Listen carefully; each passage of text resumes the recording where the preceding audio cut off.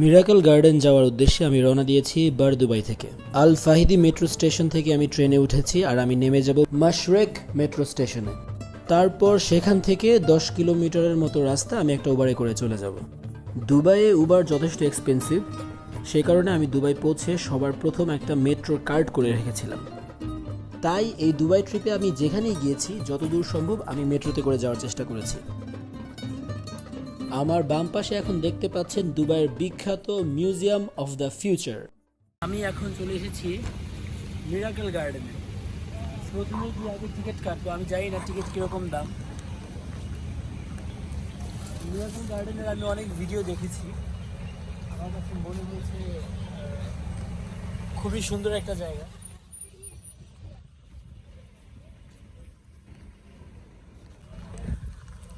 ওইখানে হচ্ছে ticket counter, ওইখান থেকে টিকিট কাটবো।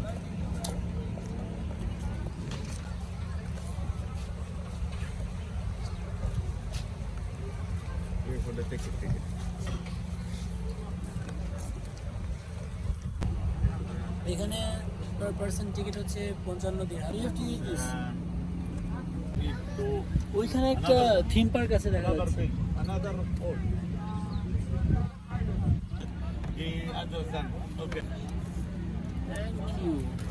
মিরাকল গার্ডেনে ঢুকবো।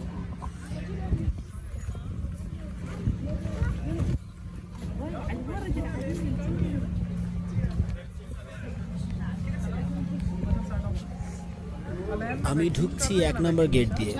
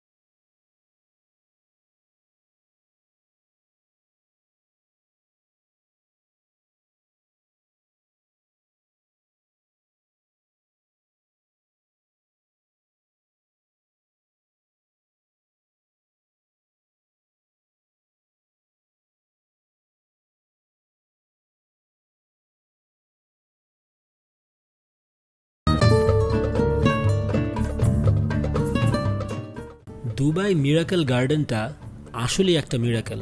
মরুভূমির এই দেশে যেখানে হাজার হাজার মাইল জুড়ে থাকে শুধু বালি আর বালি, সেখানে প্রায় 5 কোটি ফুল আর প্রায় 25 কোটি বিভিন্ন ধরনের গাছ নিয়ে গড়ে উঠেছে 72,000 স্কোয়ার মিটার জায়গা জুড়ে এই বিশাল বড় ফুলের বাগান। ভাবা যায়। আর সে কারণেই মিরাকল গার্ডেন গিনেস বুকে জায়গা করে নিয়েছে পৃথিবীর সবচাইতে বড় প্রাকৃতিক ফুলের বাগান হিসেবে। আরব আমিরাতের সম্রাট এই বাগানটিকে তৈরি করেছেন ভালোবাসার নিদর্শন হিসেবে। আর সে কারণেই 2013 সালের 14 ফেব্রুয়ারি অর্থাৎ ভালোবাসার দিবসে এই বাগানটি উদ্বোধন করা হয়েছিল।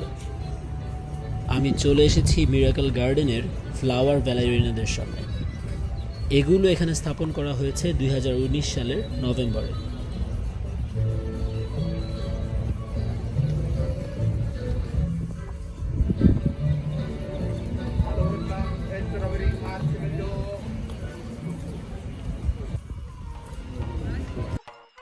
পুরো বাগানটাই বাচ্চাদের ঘুরে বেড়ানোর জন্য খুব পারফেক্ট একটা জায়গা। তারপরেও বাচ্চাদের বাইক চালানোর জন্য এখানে আলাদা একটা জায়গা আছে।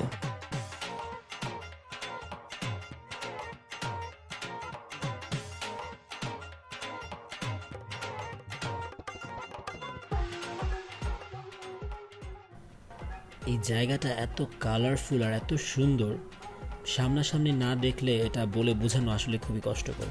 এর আগে এরকম বাগান আমি চায়না আর সিঙ্গাপুরেও দেখেছি, কিন্তু মিরাকল গার্ডেনটা অন্য সবগুলোর চেয়ে আলাদা।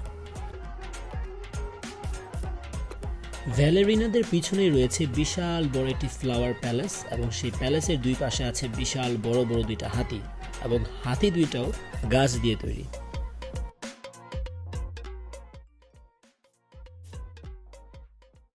আমি এখন মিরাকল গার্ডেনের ভেতরে আছি। এখানে আসার পরে আমি জানতে পেরেছি যে এখানে আরেকটা গার্ডেন আছে পাশেই, ওইটার নাম হচ্ছে বাটারফ্লাই গার্ডেন। তো এখন অলরেডি বাজে 3:05 বাজে। তো আমি জানি না বাটারফ্লাই গার্ডেনে যাওয়ার সময় হবে কিনা, কারণ এখান থেকে পরবর্তীতে আমার দুবাই পার্ক অ্যান্ড রিসোর্টস ওইখানেও যাওয়ার প্ল্যান আছে। ওইটা আবার এখান থেকে বেশ দূরে, প্রায় 30 কিলোমিটার্সের মতো, এবং মেট্রোতে করে গেলে অনেক সময় লাগে। তো দেখা যাক কি হয়।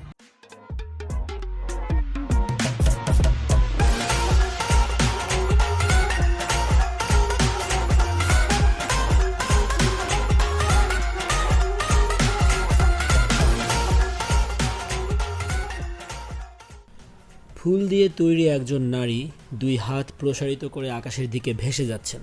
ইন্টারনেটে এই ছবিটা আমি অনেক আগেই দেখেছি, তখন থেকে আমার এখানে আসার খুব ইচ্ছে ছিল। আর একটা ইন্টারেস্টিং বিষয় হচ্ছে এই মেয়েটার চুলগুলো কিন্তু গাছ।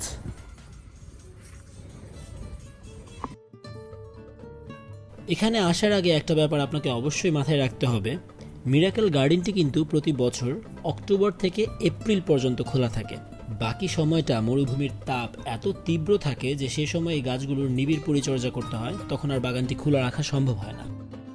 মিরাকেল গার্ডেনের আরেকটি বিশেষত্ব হচ্ছে প্রতি বছর এই বাগানের ডিজাইন পরিবর্তন করা হয়, অর্থাৎ এই বছর আপনি যা কিছু দেখে গেলেন আগামী বছর এসে একদমই নতুন জিনিস দেখতে পাবেন।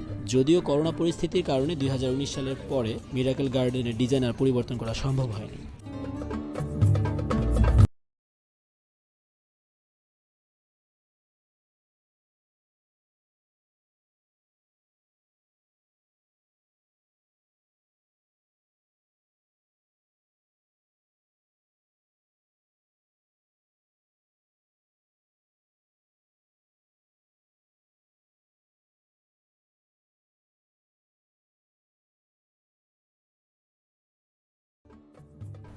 এখন আমি চলে এসেছি ওয়াল্ট ডিজনির বিখ্যাত ক্যারেক্টার গুফি এবং মিকি মাউসের ফ্লোরাল স্ট্যাচুর সামনে।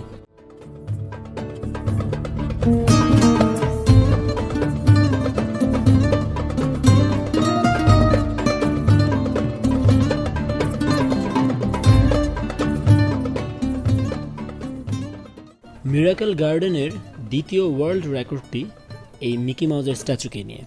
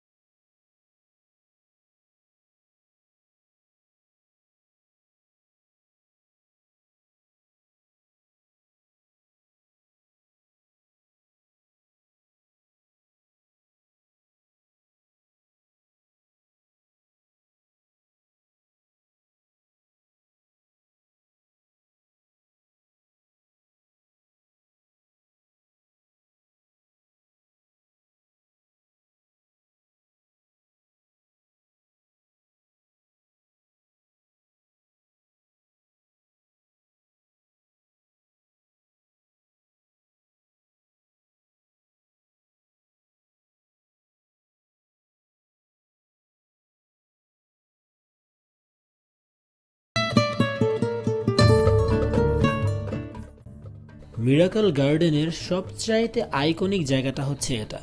অনলাইনেও আপনি মিরাকেল গার্ডেনের জন্য সার্চ করলে সবচেয়ে বেশি এই জায়গার ছবি পাবেন। পুরো পৃথিবী জুড়ে মিরাকেল গার্ডেন বলতে মানুষজন এই জায়গাটার কথাই বেশিরভাগ বুঝে থাকে, এবং আমাকে স্বীকার করতেই হবে জায়গাটা আসলেই অনেক সুন্দর, অনেক কালারফুল।